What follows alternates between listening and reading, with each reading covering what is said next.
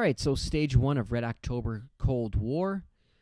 A lot of cardboard targets, some no-shoots, and some clay pigeons in the back. Stand by!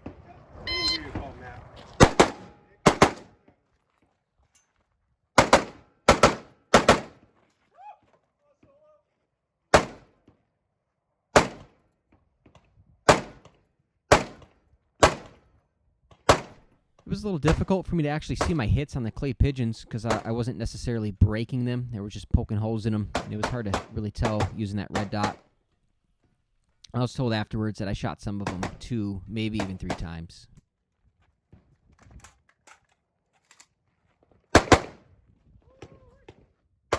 And then when using this barricade here for support, my support hand actually touched my lower handguard retainer on my AK, and I got a little bit of a burn, which just kind of tells you how hot these rifles can get. And stage 2 was just a little demo stage to check out some of the Lee Armory and Stag Arms firearms that they brought. Just kind of take a little break. All right, stage 3. This is one of those stages with some hidden cardboard. I did miss one of the targets. Overall, it's a pretty fun stage to shoot. I do like shooting these stages. You just kind of run and gun.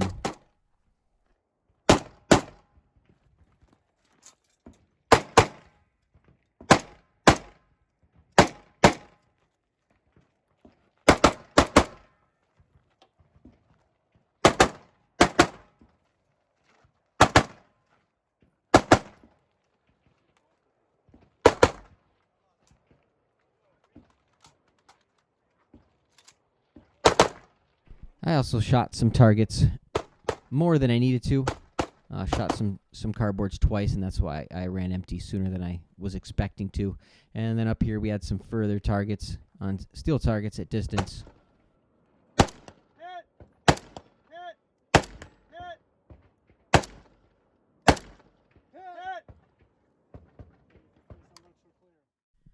All right, so stage 3, pretty interesting stage here.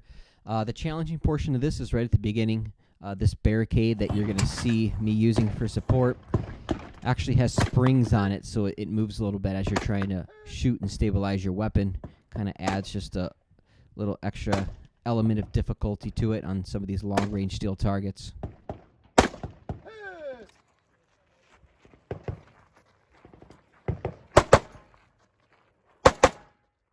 Some hidden cardboards here, nothing too bad.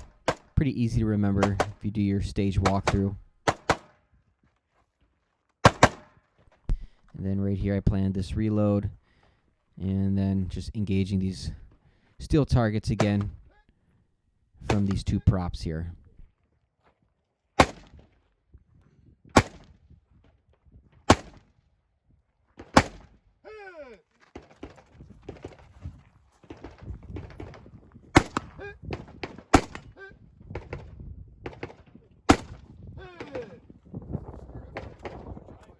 All right, here we go, stage 5. This is probably one of my better stages. Worked out pretty good. A lot of cardboard, hidden cardboard. Ready. Ready. Stand by. I'd say the main challenge here other than hitting cardboard was to just find a good stable position to utilize this helicopter as support to get these longer range steel targets.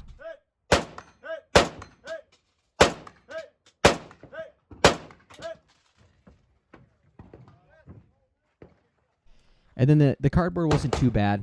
I really tried to plan this one out pretty good as far as the different positions. I knew I had to go to all 4 corners to get all the cardboards and some from the middle as well. Not entirely sure, but I probably shot some cardboards or engaged them more than once.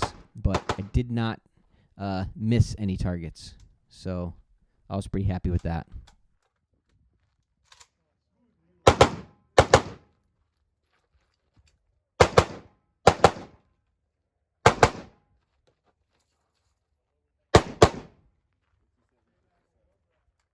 All right, in stage 6, this was actually my squad's first stage of the day. This was the one we started on.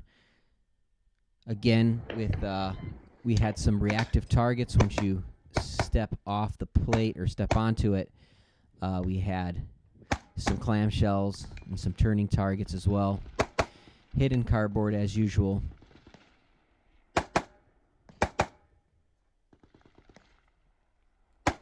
Kind of took my time a little bit on this stage, getting into the swing of things, making sure I'm getting all the targets.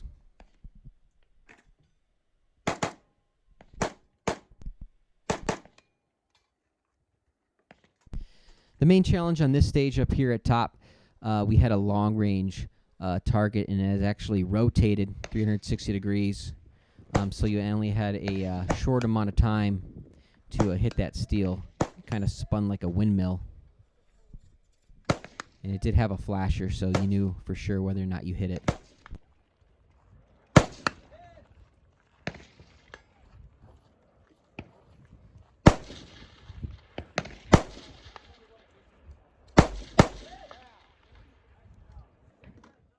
Stage 7. This is a pretty intricate stage as far as the setup went. Had a couple different reactive targets. You can see here once you step off the plate, those no-shoots start moving around.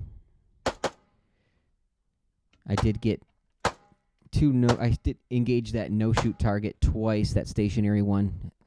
Kind of made that mistake based on the height of my offset red dot. And then this bridge that I'm on right now is a moving bridge, so it kind of sways as you stand on it. So you kind of had to stabilize yourself to make sure you're getting good hits, especially on those clays. Good job. 32-62. Stage 8. This is a pretty quick stage for most shooters.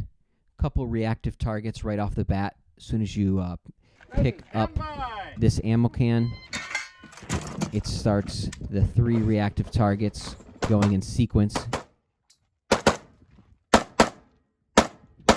Cardboard wasn't too bad as far as being hidden. Pretty easy to see all of them.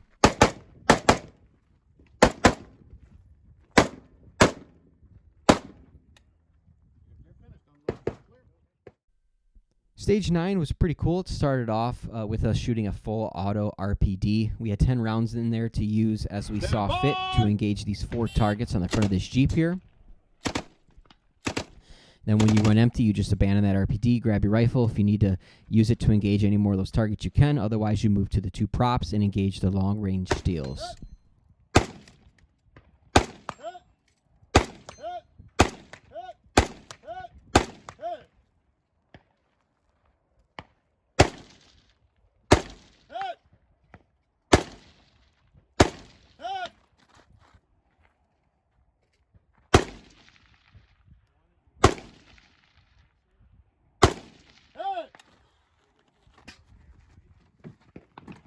And I had a bit of a learning experience using this roof prop here. At first, I had my magazine actually resting on the prop itself, and it was causing a lot of slippage, and I wasn't really able to get a good solid shooting position. And right here, I made that adjustment, kind of went over the top of that roof, and this worked out a lot better for me.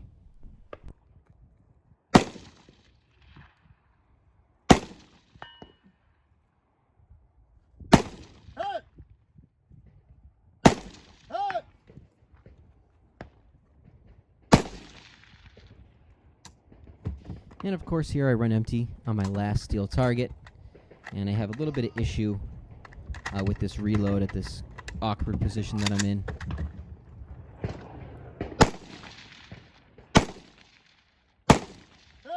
All in all, I had a lot of fun at this match. It's fun to come out to these matches like Cold War and Red October and see some guns that you don't typically see. You know, a lot of AKs, FALs, set-me's. There was even a guy in my squad that had a full auto World War I BAR. So had a great time, shot with the great guys, and can't wait to check it out next year.